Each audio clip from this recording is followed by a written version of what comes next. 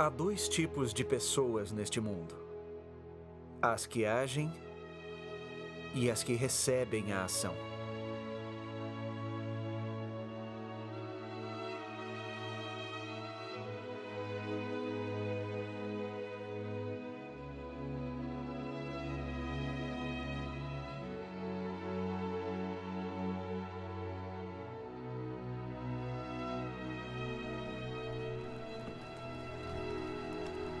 Meu pai, John Rowe Moyle, um lapidador, era uma pessoa que sempre agia. Ele e minha mãe, Philippa, se converteram por meio de um cartaz escrito por um inimigo da igreja. Ao lê-lo, meu pai ficou tão curioso que decidiu investigar mais sobre o assunto. Mas tenha certeza que tais acusações são falsas. Eu presto testemunho de que Eles Deus... aceitaram o batismo naquela mesma noite que foram ensinados sobre o Evangelho. No dia 11 de abril de 1856, a família partiu de Plymouth, Inglaterra, ao aceitarem o chamado para estabelecer Sião. Ao chegarem em Boston, viajaram de trem até a cidade de Iowa, onde meu pai esperava comprar um carroção para cruzar as planícies até Salt Lake. Porém, não havia mais carroções, então foi-lhes apresentada uma nova maneira de prosseguir a viagem.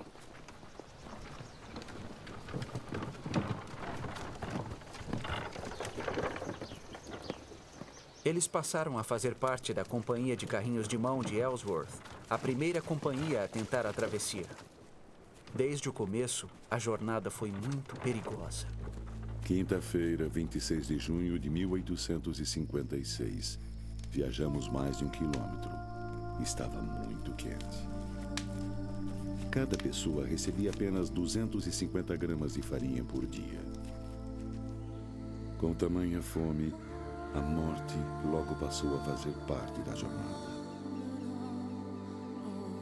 Os mais jovens e frágeis foram os primeiros a perecer. –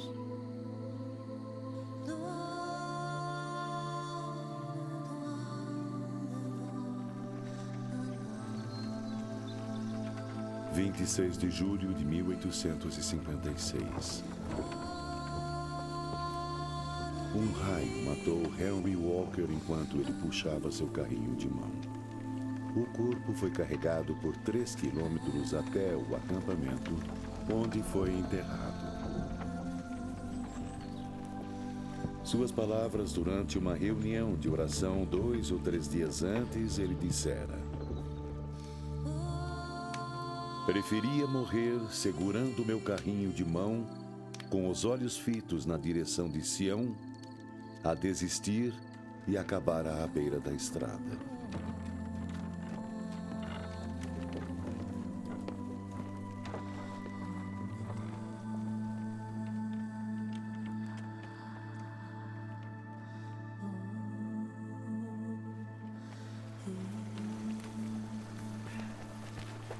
Meu pai foi uma grande força para todos da companhia. Stefan, vai ajudar os outros! Ele se preocupava tanto em não ser um peso às outras pessoas que não deixava ninguém empurrar ou puxar seu carrinho.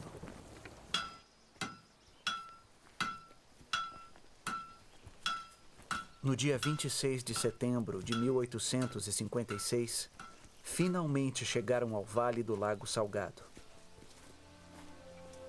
Todos que viam o estado desolado da companhia logo percebiam que a jornada havia sido realmente perigosa.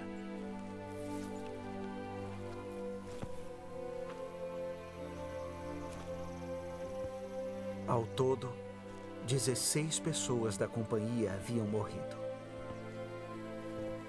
Um dos conselheiros de Brigham Young, Jedediah Grant, chorou ao ver as mãos de meu pai agarradas ao carrinho como garras de um pássaro.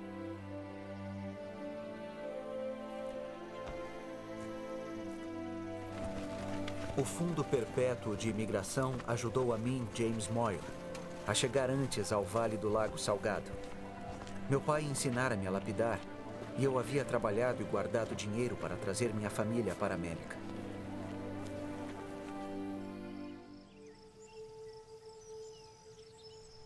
A vida em Sião fez bem ao meu pai. Ele logo recuperou-se e buscou um lugar para se estabelecer. Após orar sinceramente, escolheu uma terra de 65 hectares que, apesar de constantes ameaças de ataques de índios selvagens, pumas e ursos, mais tarde transformou-se na cidade de Alpine, Utah. Ah, não, não, não, não. Não quero cobras perto da minha casa. Uma grande mudança estava prestes a acontecer na vida de meu pai quando o presidente Young chamou-o para trabalhar como lapidador no templo de Salt Lake. John, o terreno do templo fica a mais de 35 quilômetros daqui. Precisamos dos cavalos na fazenda. Como vai fazer para ir e voltar de lá? Você irá a pé? Casei-me muito bem, querida. Você é brilhante.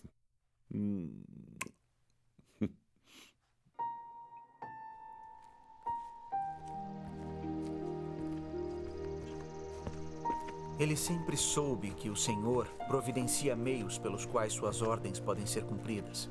Meu pai não era do tipo que dava desculpas. Embora recebesse um pouco por seus esforços, a maneira como ele dedicou-se zelosamente à tarefa foi incomum, até mesmo para John Rowe Moyle. Às segundas-feiras, ele levantava-se às 2 horas da manhã para conseguir chegar ao terreno do templo por volta das 8, junto com os outros trabalhadores.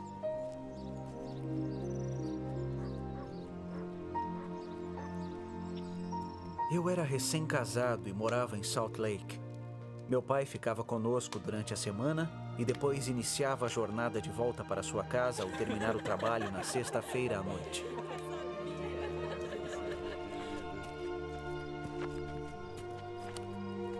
Ele chegava em casa por volta da meia-noite.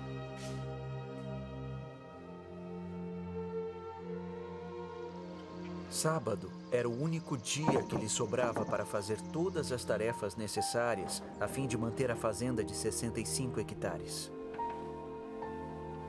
Essa era a sua vida. Semana após semana, mês após mês, ano após ano. Por quase 20 anos.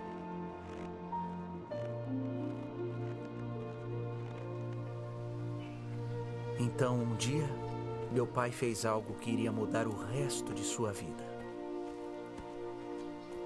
Combinado, então.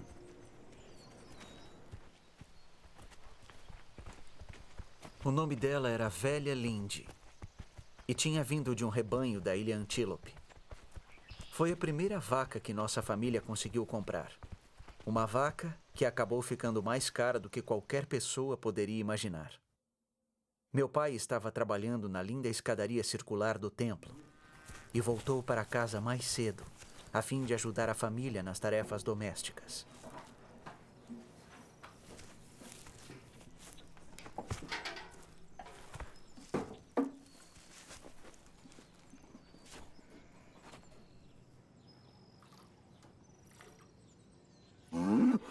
Ô, Lindy, vamos com calma. Talvez meu pai estivesse impaciente com ela. Ou talvez ela estivesse apenas de mau humor.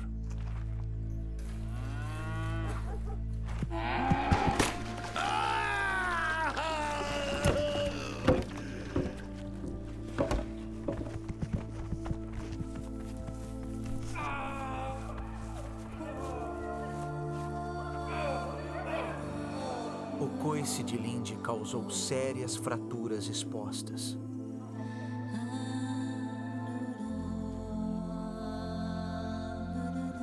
A única opção era a amputação.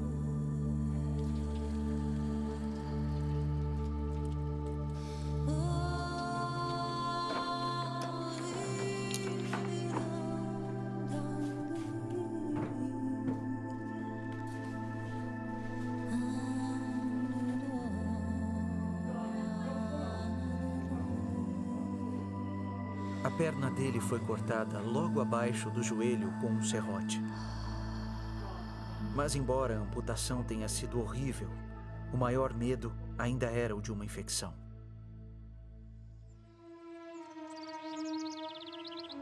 A primavera chegou, mas a infecção não. Quando a perna começou a melhorar, meu pai pegou um pedaço de madeira e fez uma perna que tinha um engenhoso tornozelo articulável. Então, fez uma pequena concha na madeira e forrou com um pedaço de couro. Fez algumas tiras para colocar em volta da cintura e manter a perna firme no lugar. Apesar da dor, quando ele conseguia, colocava a perna de madeira e caminhava pela casa.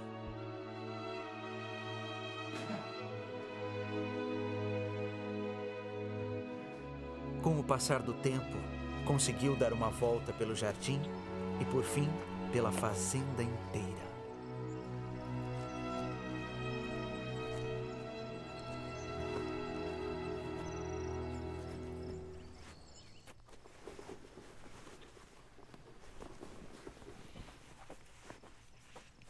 John, o que está fazendo? Estou arrumando a mala. Para ir aonde? Para Salt Lake? Para que ir até Salt Lake? Não me lembro de ter sido dispensado como lapidador. Você se lembra? Querido, há muito trabalho a ser feito no reino aqui mesmo. Você é só um lapidador. Tenho certeza de que o senhor tem gente suficiente em Salt Lake para continuar seu trabalho. Mas o chamado é meu. Raramente os chamados são convenientes, não é mesmo?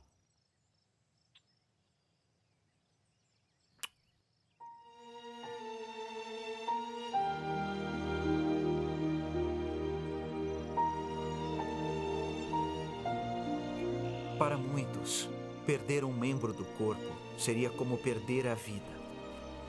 Mas não para John Romoyle. Para ele, enquanto conseguisse respirar, enfrentaria os obstáculos à sua frente.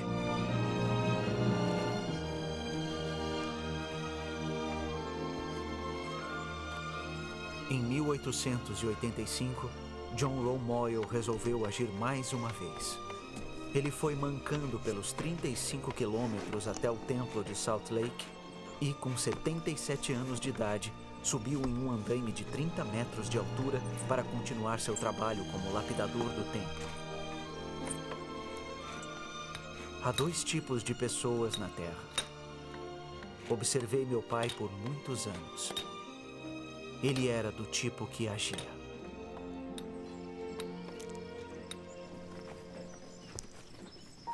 Pai! Te amo, pai!